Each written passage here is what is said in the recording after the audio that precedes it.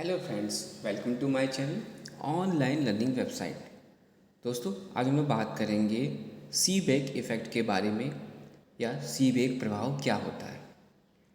Seebeck प्रभाव एक thermo electric घटना का वर्णन करता है जिसके द्वारा एक सर्किट में दो प्रसार धातुओं के बीच तापमान अंतर विद्युत प्रभाव में परिवर्तित हो जाता है, जिसको 1821 में खोजा गया था। कब में? 1821 में, 1821।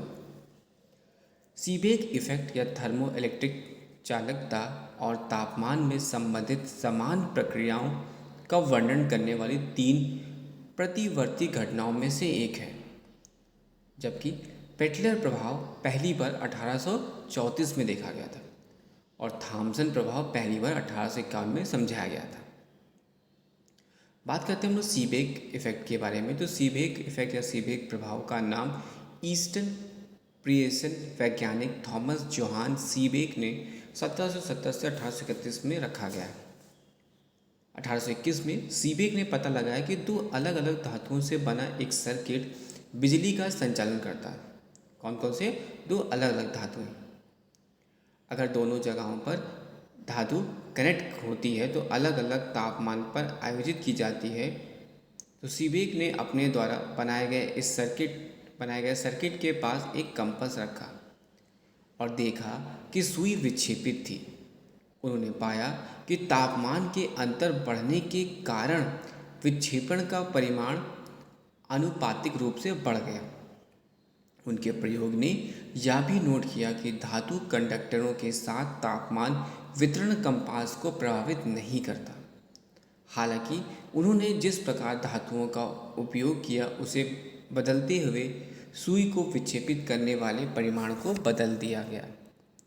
सीबेक गुणांक एक संवाहक पर दो बिंदुओं के बीच उत्पन्न वोल्टेज का वर्णन करने वाली एक संख्या है, जहां अंक के बीच 1 डिग्री केल्विन का एक समान तापमान अंतर मौजूद है। सीबेक के प्रयोगों में धातुएं तापमान पर प्रतिक्रिया कर रही थी, जिससे सर्किट और चुंबकीय क्षेत्र में करंट लूप बन गया। उस समय एक विद्युत प्रभाव से अनजान सीबेक ने गलती से मान लिया कि यह थर्मोमैग्नेटिक प्रभाव था। फिर 1834 में फ्रांसीसी वैज्ञानिक जीन चार्ल्स ऑर्थनस पैटलर, जो कि 1784 से 1845 ने दूसरी बारीकी से संबंधित घटनाओं का वर्णन किया, जिसे अब पेटलर के प्रभाव से माना जाता है। अपने प्रयोग में पेटलर ने धातु के कंडक्टरों के बीच वोल्टेज को बदल दिया और पाया कि जंक्शन पर तापमान आनुपातिक रूप से बदल गया है। जबकि 1839 में जर्मन वैज्ञानिक हेनरिक लेंज 1804 से 1865 ने पेटलर की खोज पर विस्तार किया और जंक्शनों पर गर्मी हस्तांतरण का वर्णन किया। इस दिशा पर निर्भर करता है कि सर्किट के साथ वर्तमान प्रवाह होता है। हालांकि इन दोनों प्रयोगों का सर्किट और थर्मोइलेक्ट्रिक प्रभाव के विभिन्न भागों पर केंद्रित किया गया था। उनके अक्सर सीबेक पेटलर प्रभाव या पेटलर सीबेक प्रभाव के रूप में संवर्धित किया जाता है। 1851 में ब्रिटिश भौतिकी वैज्ञानिक विलियम थॉमसन 1824 से 1907, जिसके बाद में पहले बैरन केल्विन के रूप में जाना जाता था, ने देखा कि विद्युत प्रभाव से एक प्रकार के धातु के कंडक्टर का ताप या ठंडा होना, थॉमसन इफेक्ट, ताप प्रभाव धातु के अधीन एक वर्तमान ले जाने वाली धातु या अन्य प्रवाहकीय सामग्री में निर्मित या अवशोषित गर्मी की दर का वर्णन करता है।